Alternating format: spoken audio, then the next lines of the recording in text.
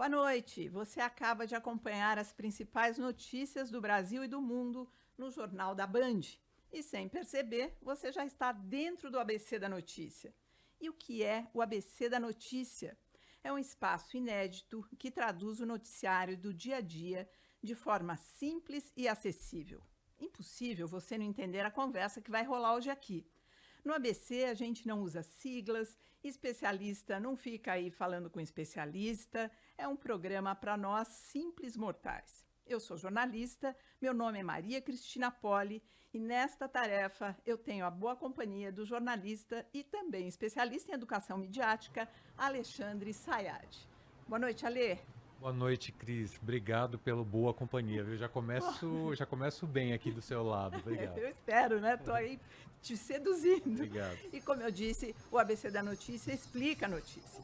E a gente vai explicar aqui o mundo da comunicação também, o rádio, a TV, mas também os novos veículos, esse tiroteio da comunicação contemporânea. Eu gostaria que o Alexandre explicasse um pouco o que é essa tal da educação midiática, porque o Alexandre é aquele que a gente vai ter que torear aqui. Você fala, vem fazer uma nota a pé, ele vem cheio de livros, então assim vai ter que cuidar disso também. Eu vou me controlar, eu prometo. Olha, a educação midiática nada mais é do que você ler, compreender e produzir mídia nessas várias plataformas nas quais a gente está submerso todo dia, né? Eu tô falando de rede social, tô falando de YouTube, tô falando de internet, tô falando até de jornal e de rádio onde a gente está. Quer dizer, é ter uma certa fluência digital e de compreensão. Não cair em fake news, não cair em desinformação e também saber usar esses meios para se expressar, para produzir a sua própria comunicação. Quer dizer, tudo isso, esse conjunto de coisas é o que a gente chama de educação midiática ou educação para as mídias. Saber como funciona essa engrenagem.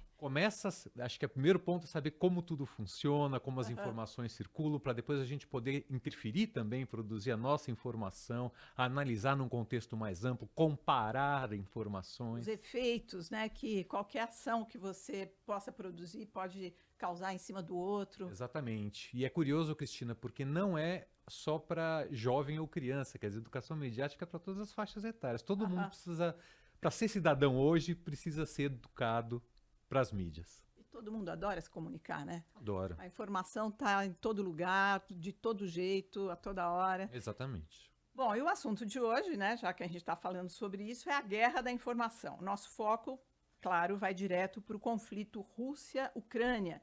Nós vamos falar sobre essa guerra em particular, mas a gente sabe que as batalhas na comunicação, essas batalhas são diárias nesse nosso tempo. Veio a revolução na comunicação e com ela os duelos espalhados por todo o planeta. Para nos ajudar a entender e aprofundar neste tema, nós convidamos o Laerte Polinário Júnior, professor de Relações Internacionais da PUC, aqui de São Paulo. Boa noite, Laerte. Está me ouvindo bem? Boa noite, Cristina. Boa noite, Alexandre. Estou ouvindo muito bem. Que bom. Dr. Ricardo Campos, advogado, mestre, doutor pela Universidade Goethe, na Alemanha, de onde ele fala e nos dá essa entrevista. Boa noite, Ricardo. Boa noite, Maria. Boa noite, Alexandre. É uma honra estar aqui com vocês hoje. E o Rodrigo Aidar, jornalista especializado no Poder Judiciário do time de craques aqui da Band News FM. Boa noite, Rodrigo. Boa noite, Cristina. Boa noite, Alexandre. Boa noite também ao professor Ricardo e ao professor Claerte. Obrigada pela presença e por vir aqui reforçar o time, ajudar aqui com toda a tua experiência e informação desse universo do judiciário, que a gente tem muito que conversar.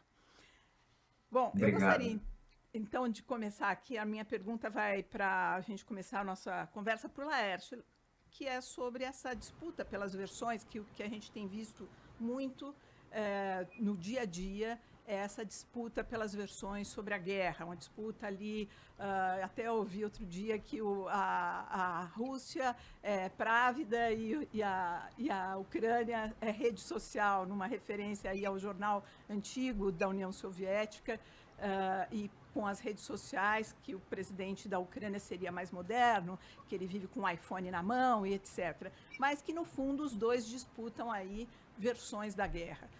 Eu gostaria de perguntar para você, Laerte, por que essa disputa pela opinião pública é tão importante? Obrigado pela pergunta, Cristina. Olha, eu gostaria de começar apresentando uma frase que foi dita pelo Colin Powell, ex-secretário de Estado dos Estados Unidos, inclusive foi secretário de Estado, né, no contexto da invasão americana ao Iraque, que eu acredito que nos ajuda a compreender a importância dessa guerra de narrativas. É a ideia que a cobertura midiática, ela não muda a política em si, mas ela altera o ambiente no qual a política é formulada. Ou seja, ela altera o contexto referente a esse processo decisório da tomada de decisão. Então, nesse sentido, a gente tem visto, né, como as partes envolvidas nesse conflito têm buscado aí se utilizar de diferentes ferramentas de comunicação, para além dos veículos de mídia tradicionais, para convencer corações e mentes na guerra de narrativas acerca desse conflito. Então, usando essa expressão de corações e mentes que vem do ex-secretário de Defesa dos Estados Unidos, o McNamara. Então, a gente tem visto aí como que cada lado, né, apresenta discursos bem definidos em relação a esse conflito, justamente para tentar mostrar que está ali do lado certo, né, dessa disputa. Agora, nessa disputa, o que é mais importante? O público interno ou o público externo? Ou ambos? Muito bom, Cristina. Eu acho que depende muito do lado aqui envolvido na questão. Eu acho que no caso ucraniano, especificamente, a gente nota que essa mediatização do conflito, ela tem sido um elemento muito importante, tanto interno quanto externo. Internamente tem sido um elemento relevante para o arregimento ali da resistência ucraniana, em especial a partir da mobilização da população civil. E no plano externo, acho que tem sido importante, né, para convencer as lideranças dos países da OTAN a prestarem assistência militar e logística ao governo ucraniano. Então, a gente observa como o discurso, né, do lado ucraniano tem buscado enaltecer esses atos de heroísmo, né, do seu povo na resistência contra o avanço russo. Já do lado russo, eu tenho observado que os esforços eles têm sido no sentido de dar legitimidade à invasão, em especial alegando a defesa das russas ali da parte oriental da Ucrânia, né? Inclusive fazendo acusações de genocídio, né, de nazifascismo em relação ao inimigo. Eu diria que no caso russo, aparentemente, a batalha externa, né, em relação à pública ocidental tem sido perdida, né, por assim dizer. Então, acredito que o foco da Rússia nesse momento, até pelo controle ali das informações dentro do país, tem sido mais interno em relação, ou melhor, no sentido de manter ali as bases de apoio, né, em especial o apoio popular junto ao Putin em relação a esse conflito. Laerte, a gente, bom, propaganda e contra-informação, propaganda e contra-propaganda são coisas que vêm já de séculos aí, pelo menos um século faz parte da guerra, né? Agora a gente tem visto, por conta das redes sociais, uma informação e contra-informação fragmentada, narrativas fragmentadas, né? Qual o impacto disso na hora de você olhar para uma guerra como essa e ter que juntar esses caquinhos de informação que estão soltos por aí, que era uma coisa que vinha mais compacto e alinhado de acordo com os países quando você tinha uma mídia dominante, né? Agora com rede social cada um pendura o seu pedaço lá. Mas, como assim, é que tem sido isso? Como assim, Alê, você quer dizer o quê? Que eles, você tem várias informações sobre a mesma coisa, mas aos pedacinhos e cada um contando de um jeito. E você acho que tem a possibilidade de criar uma narrativa diferente com esses pedacinhos, cada receptor dessa informação, e aí cria-se uma constelação de narrativas aí e confusão, né, consequentemente, eu acredito. Muito bom. Obrigado pela pergunta, Alexandre. De fato, né, essa preocupação com o viés e a veracidade, né, das informações veiculadas, né, em conflitos internacionais é uma preocupação antiga, né, e bem documentada nos estudos de comunicação e relações internacionais. Eu particularmente não acho que o viés em si seja um problema, né? Eu particularmente tenho dificuldade com esse conceito de neutralidade em relação à cobertura jornalística, ou mesmo em relação a explicações acerca de processos sociais. Porém, quando nós analisamos a atuação da mídia mais tradicional, né, na cobertura de conflitos internacionais, eu acredito que é mais fácil identificar, né, esses vieses na formação da agenda. Por exemplo, quando a gente compara a atuação dos veículos de mídia ocidentais e russos na cobertura desse conflito, as diferenças ali de narrativa elas são muito evidentes. Porém, no caso da mídia tradicional, né, a preocupação com a veracidade das informações é algo muito mais caro, né, porque é a credibilidade dessas instituições que está em jogo. Agora, o que a gente tem visto nos últimos anos, aí, como você comentou, é que essas novas mídias, né, elas têm fugido aí desse controle público, né, acerca da transparência e idoneidade das informações veiculadas. A gente nota aí que essas plataformas têm sido palco para a proliferação de notícias falsas, né, e muito picotadas, né, como você colocou. Obviamente que se ao tratar, né, de um conflito militar com consequências indefinidas, aumenta a preocupação em relação a essa temática, né? E em relação a essas novas mídias, especificamente, a gente observa que elas representam uma faca de dois gumes, por assim dizer, né? Por um lado, a capacidade, né, de ação dos jornalistas profissionais em solo ucraniano está limitada, né? Tanto por questões de logística quanto por questões de segurança. Então, o que tem dado aí uma importância especial a essas plataformas, né, enquanto fontes de informações, né? Então, muitos têm se utilizado, né, dessas plataformas para se informar sobre esses conflitos. Porém, né, por outro lado, elas acabam contribuindo também para essa desinformação, né, ou melhor, para que essas ações de desinformação se propaguem. Porque hoje em dia, né, por mais aprimoradas que sejam as técnicas ali de checagem de fatos, né, em especial pela identificação visual, eventualmente essas técnicas demoram, né? Então, eventualmente, até que uma informação seja comprovada certa ou errada, essa informação já foi compartilhada por milhares de pessoas, né, em muitos casos por milhões de pessoas, o que Então, de eu fato, gostaria. né, acaba dificultando esse esforço de fatura, né, desse conflito. Foi bom você ter falado sobre isso, Leste, que eu gostaria de trazer o professor Ricardo Campos para essa conversa e exatamente isso que você está dizendo, o Sino vai configurando o que a gente está dizendo que a gente sobre essa situação da Rússia e Ucrânia se nos configura como uma guerra cibernética. Ou seja, quando a gente tem aí a atuação desses outros atores, que não é exatamente a mídia tradicional, o jornalismo que faz a curadoria, que tem o alcance de fazer a curadoria das informações.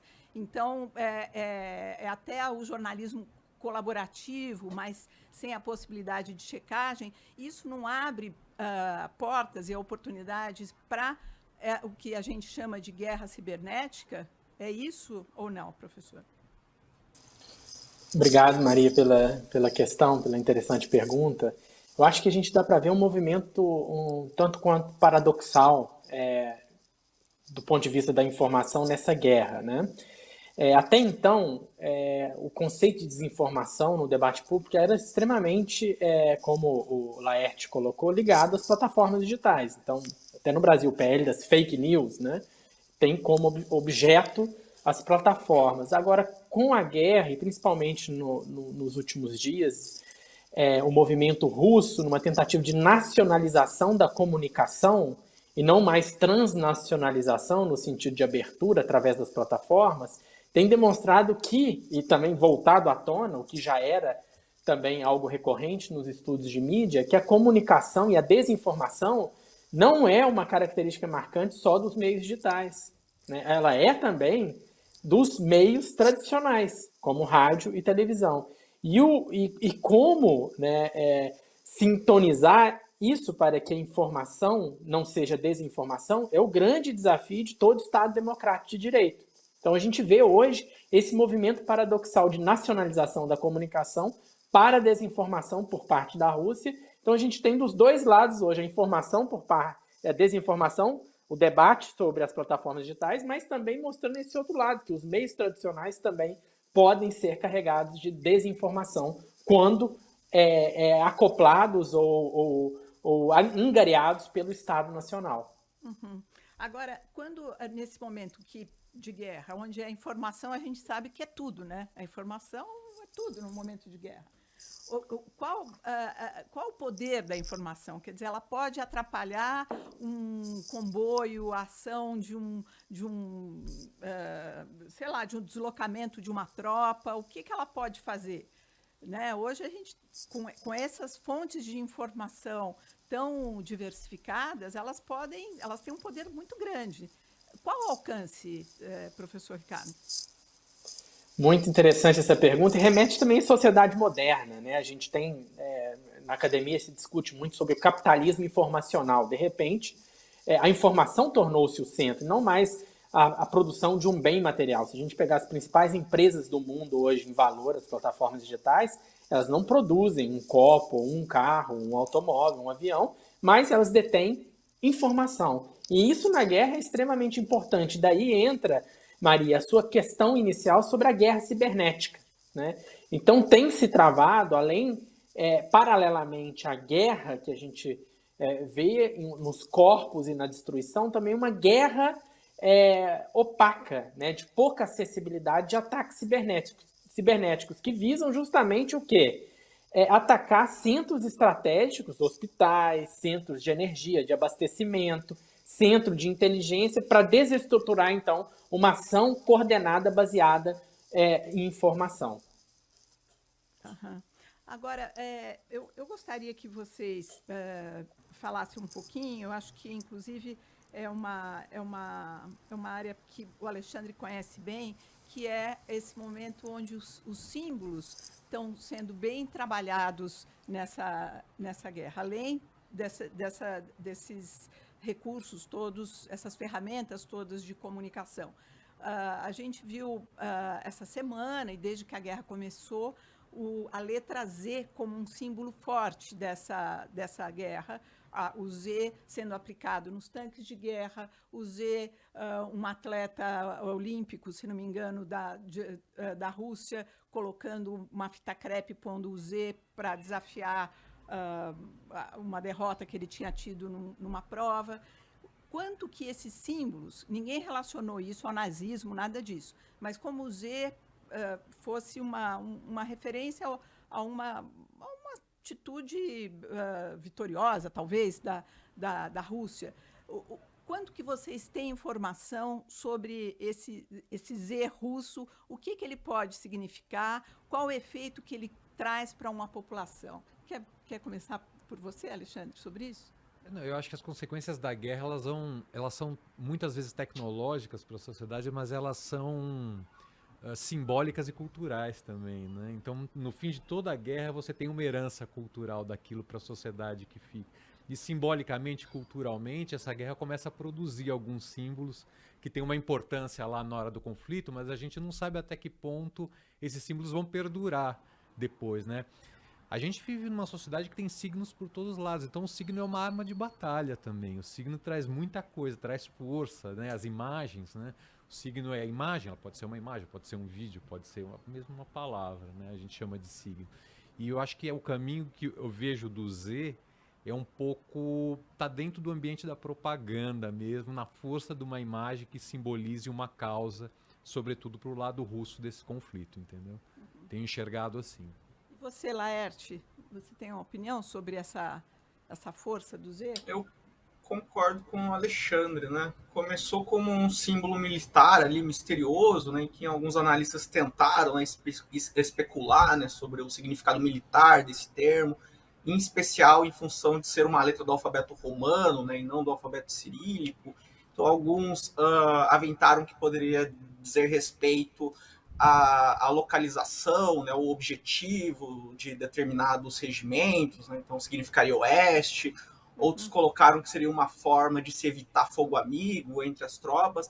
Mas, de fato, né, a gente tem visto que esse símbolo, né, ele tem se tornado um sinal de apoio popular à guerra na Rússia, né? Inclusive, a gente tem visto aí que muitos elementos, né, da sociedade russa têm se utilizado, né, dessa simbologia como uma forma de se manifestarem a favor da ação militar e, mais especificamente, de se manifestarem favoravelmente ao governo do Putin, né? Então, vale destacar que esse símbolo aí está, né, sendo utilizado, né, de fato, como um símbolo dessa nova identidade cultural, nacional, né, da Rússia, né? Eu tenho uma interpretação similar também ao Alexandre. E, de alguma maneira, a população precisa de um símbolo, de algo que represente um sentimento coletivo, é isso? Tem comparações interessantes, né? O símbolo, o ícone e o totem, né? São evoluções dessa força que a gente tem na sociedade, até se tornar um totem, que é uma coisa acima de um ícone, né? Que é uma coisa que leva um significado muito forte. Sim, não preciso ir muito longe e falar da suástica. O que significou, eu nem gosto de falar sobre isso, mas a gente tem que falar. E outras tantas guerras a gente teve isso também. Então, o que o Laerte falou tem muito significado mesmo, como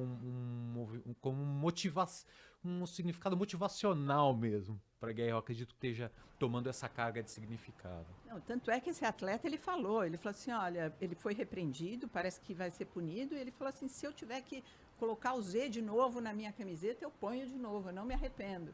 Quer dizer, como assim, eu faço parte desse grupo e pronto, né?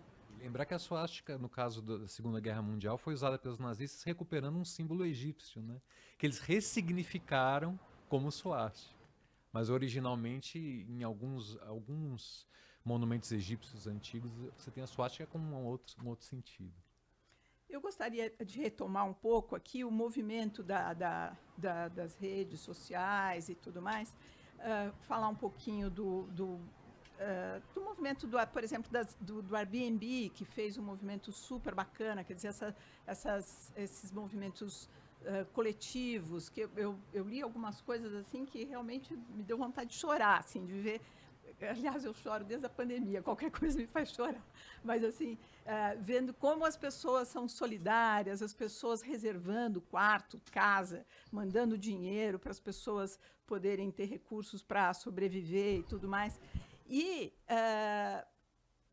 chega, assim, até no Anonymous, né, que é esse grupo de hackers, o Anonymous, que é um grupo, eu sabia pouco sobre eles, li alguma coisa esses dias, que eles têm um movimento humanista, né? Que mais ou menos, é isso? Ali, eu acho que o professor Ricardo, inclusive, sabe mais. Eu acho que o professor Ricardo pode falar, mas eu vejo como uma anarquia humanista, assim, eu queria perguntar para ele se é isso mesmo, se é uma anarquia humanista, mas eu vejo um pouco como uma guerra algorítmica, eu poderia até chamar, que existe uma guerra de algoritmos, né, professor? Não sei se é bem isso. Porque eles chegaram, inclusive, a derrubar o site do Ministério de Defesa, né?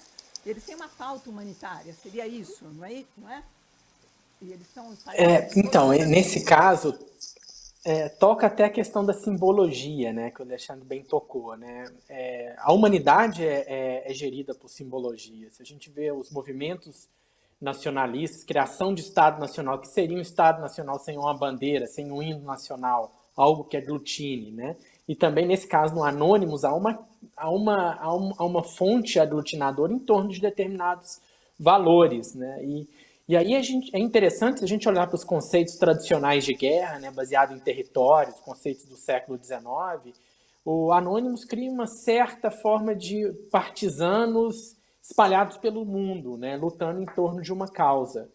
Então, é um movimento super interessante e sem ter uma identificação tão clara por conta justamente do novo meio digital, né? E não necessita, né? Ele vive da não identificação, né? Enquanto todo movimento de guerrilha, de partisanos até então, vivia de uma certa identificação para fora também, de certa forma. Então, o Anonymous traz várias facetas de um novo mundo, né, que a gente está começando a viver, né, como se diz, a nova guerra TikTok, né, que foi uma expressão muito usada aí nos veículos de comunicação de massa internacionais. Mas é interessante até você falar do TikTok, porque, por exemplo, TikTok, Facebook, Twitter, todos, de alguma maneira, fizeram circular informações que, dando uma versão do que se passava na Ucrânia, mas quem conseguiu, de alguma maneira, sobreviver ali, a fugir das garras da Rússia, foi o Telegram, porque ninguém pega o Telegram, pelo menos pelo que eu acompanhei. Eu gostaria de entender um pouco, eu incluí, inclusive, o Rodrigo Aidar nessa conversa, o Telegram para depor. Acho que a Justiça Brasileira conseguiu até que fossem retirados alguns algumas pessoas que possam lá e tudo, mas não conseguiu fazer com que eles viessem se apresentar à justiça, ao contrário da Alemanha, que na Alemanha, onde o senhor está, eles foram se apresentar à justiça, mas aqui não. Mas eu gostaria de saber um pouco dessa legislação, gostaria que você, Aidar, também se apresentasse aqui à nossa entrevista para contar um pouco como que é aqui no Brasil e por que aqui no Brasil a gente não consegue ter a presença do Telegram, porque o Telegram, de alguma maneira, ele, às vezes, e muitas vezes, difamado aqui no Brasil, mas, no caso, eu estou misturando aqui as coisas, mas para extrair uma coisa que tem a ver, quer dizer, nesse caso da guerra, eles não foram pegos, eles conseguem ainda distribuir informação da versão ucraniana porque eles não são pegos, né? Então, isso vale para qualquer lugar onde eles distribuem informações. Cristina, você sabe que o Telegram ele tem um histórico, né, de banimento ou restrição em alguns países. Eu li recentemente uma reportagem do Poder 360 que colocava ali, acho que 10 ou 11 países que, de alguma forma, já restringiram o funcionamento do Telegram, justamente por conta dessa característica dele que a gente enxerga muito aqui no Brasil, que é de não se comunicar com as autoridades locais. Esse quadro mudou um pouco aqui no Brasil, no último dia 18 de fevereiro, quando o ministro Alexandre de Moraes, porque o quadro era o seguinte, até então, como presidente do TSE, o ministro Luiz Roberto Barroso simplesmente não conseguia comunicação com o Telegram. Era impossível, ele tentou 4 vezes se comunicar com esse aplicativo para fazer parte daquele esforço do qual fazem parte os outros aplicativos e redes sociais de combate à desinformação, principalmente preocupado com as eleições de 2022, que prometem ser bastante quentes nesse quesito de desinformação. Nunca conseguiu contato.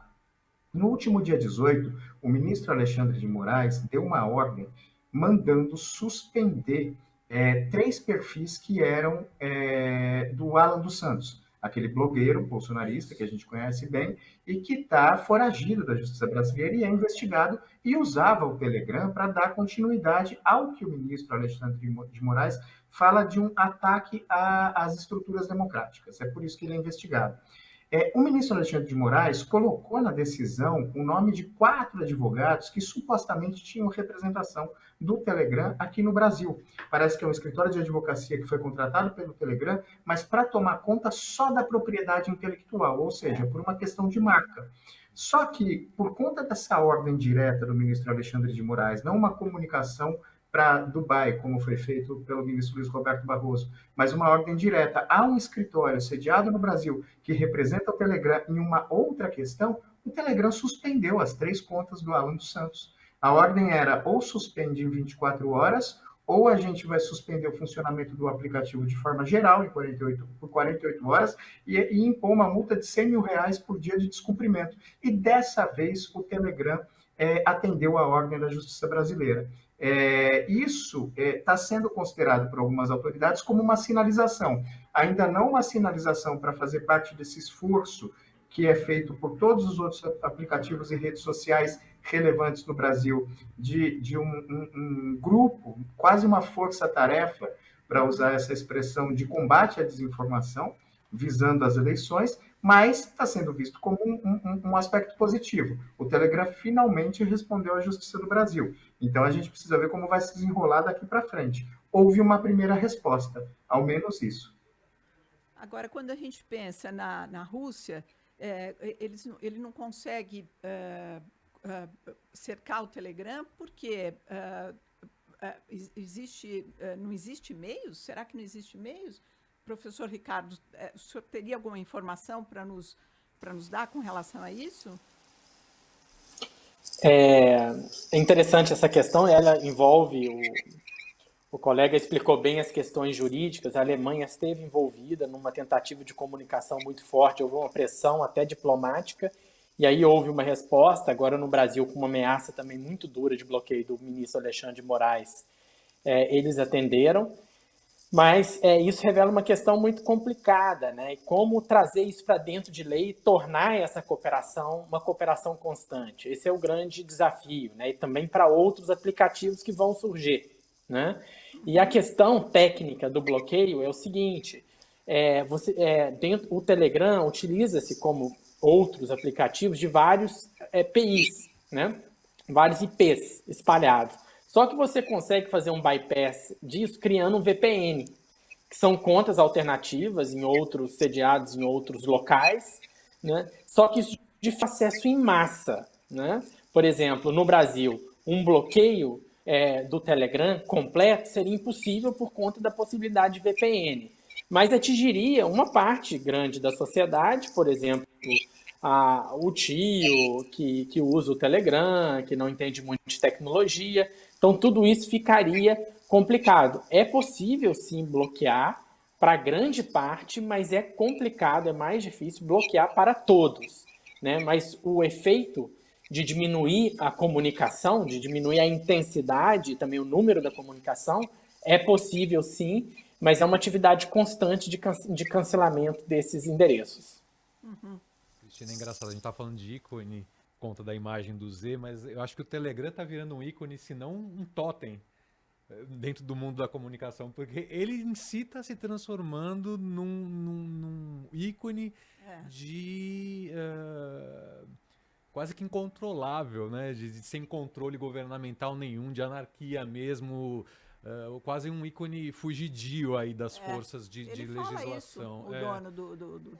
Acho que criar imagens, simbolismos de guerra, no fundo é o mesmo processo, né? Você vai iconizando e totemizando aquilo para virar uma imagem forte. É o que a gente vê, como a gente vê o Telegram hoje, né? Pro bem e pro mal. Porque na Primavera Essa Árabe... questão do Telegram é interessante também, acho que o professor Ricardo e o Alexandre poderiam falar disso, porque uma eventual proibição, ela é para o bem e para o mal, né? Uma eventual proibição do Telegram hoje na Rússia, você tem hoje na Rússia a proibição da imprensa de se referir à invasão russa na Ucrânia como uma guerra ou como uma invasão. Há um projeto de lei que foi aprovado, né, sancionado pelo Putin, que diz que tem que ser chamado de operação militar especial. Exatamente. E outras informações que precisariam circular livremente podem ser feitas por meio do Telegram. Por outro lado, ele é um aplicativo que aqui no Brasil, principalmente, pode ter um efeito muito deletério por conta dessa criação de fake news em relação a urnas eletrônicas e outras coisas que saem por esse aspecto, né? Você proibir uma plataforma... Não, mesmo lá, né, ele feriu a Convenção de Genebra na hora que ele expõe os soldados russos queimados, dilacerados, o que não pode, né, mostrar os maus tratos do inimigo, né? Você tem que... O inimigo tem que sofrer ou estar preso com dignidade. E ele mostra tudo isso com a intenção de dizer, olha, o que o seu governo está fazendo com os seus soldados. Ele está mandando para um suicídio coletivo. Ele não está nem aí com a Convenção de Genebra, não está nem aí com nada. Então, ele faz isso também, né? É uma terra sem lei mesmo, né? E é uma discussão bastante complexa, né? Bem interessante. Vai fundo, porque o que se falava de regulamentação de mídia antes das redes sociais era uma coisa, antes da internet, né? E aí você entra num outro campo, e como bem o Rodrigo Aidar falou, a gente entra num campo de abrir precedentes para o quê? Né? Para uma possível censura, para o quê? Quer dizer, esse tipo de debate ainda é muito incipiente, o mundo resiste em regular a mídia digital, essa que é a grande verdade. A própria Europa está no meio de um debate sobre isso agora, que é um continente União Europeia, um continente que gosta de regulamentar, mas mesmo assim ainda está mergulhado nessa questão da regulamentação, ainda vendo se vai, como caminha com isso diante das redes sociais, né? Como que o senhor tem acompanhado isso na Alemanha, professor Ricardo? Isso que o Alexandre... Eu sou docente na Universidade de Frankfurt, e essa é a minha área de atuação, regulação de mídias, é a área que eu dou aula aqui. Então, eu acompanho muito esse debate, e o Alexandre tem razão, é um ponto sensível, mas existe uma experiência já acumulada na Alemanha por uma decisão de 2013, de um tribunal importante, que virou uma lei em 2017, que é a Lei de Regulação de Discurso de Ódio, que foi reformada no sentido de aprimoramento, não de diminuição, e ela está, até hoje no meu instituto, no Brasil, a gente discutiu, ela está virando um regulamento europeu, que é o DSA e também o de concorrência, o DMA. A ideia da Europa é criar regulamentos para essa nova sociedade digital. E eles têm muita dificuldade em lidar com isso, mas não tem como não tomar conta disso. Porque praticamente a nossa vida migrou para o mundo digital. A gente tem as relações de trabalho no mundo digital, que a gente está fazendo aqui hoje. A gente tem as relações familiares em grupos de aplicativos. A gente tem relações pessoais íntimas também, mediadas pela internet. Então, praticamente a vida nossa ocorre no meio digital e vai só aumentar. Então, a preocupação da Europa é agora de proteger direitos. O primeiro momento da internet, que foi da década de 90 até 2000, era de fomento à inovação. E agora é de proteção de direitos. Por isso que a gente precisa se educar, né? Sem dúvida. Educar para... Agora, só para a gente caminhar para o encerramento, a gente vê como que a mídia, ela marca as últimas guerras. Se você vai para a guerra do Iraque, você lembra da câmera noturna, como a câmera noturna registrou a guerra. Depois você vai para a Primavera Árabe, era a vez do Facebook, do Twitter. E agora nessa você vê tudo, né? Telegram, tem tudo, de tudo um pouco. Essa guerra cibernética que ele se referia, a gente vai ver no que dá tudo isso. Eu quero agradecer muito ao Laerte Apolinário Júnior, professor de Relações Internacionais da PUC, aqui de São Paulo. Muito obrigada, Laerte, pela sua participação. Espero que você volte outras vezes. Obrigada. Eu que agradeço pelo convite. Muito obrigado, pessoal. Professor Ricardo Campos, muito obrigada pela sua participação aí direto da Alemanha e pelas suas informações, esclarecimentos, para a gente entender um pouco mais esse universo digital. Muito obrigada e uma boa noite para o senhor. Eu que agradeço, é sempre uma honra. E o nosso querido Ricardo Aidar, colega aqui da Band. Muito obrigada, Ricardo, e a gente se vê logo. Obrigado, Cristina. Obrigado, Alexandre. Valeu, foi um prazer conversar com vocês. Obrigada. Bom, eu quero lembrar que você pode rever os conteúdos apresentados aqui nas nossas redes sociais, Facebook, Instagram, TikTok, todas as redes sociais. E o nosso contato sempre será pelas redes. E você sabe que você pode acrescentar informações e ainda sugerir assuntos para os nossos encontros. O ABC da Notícia é um novo espaço para a gente construir um ambiente seguro de informações e também para a gente se fortalecer. ABC da Notícia, se complica, a gente explica. Muito obrigada e até a próxima.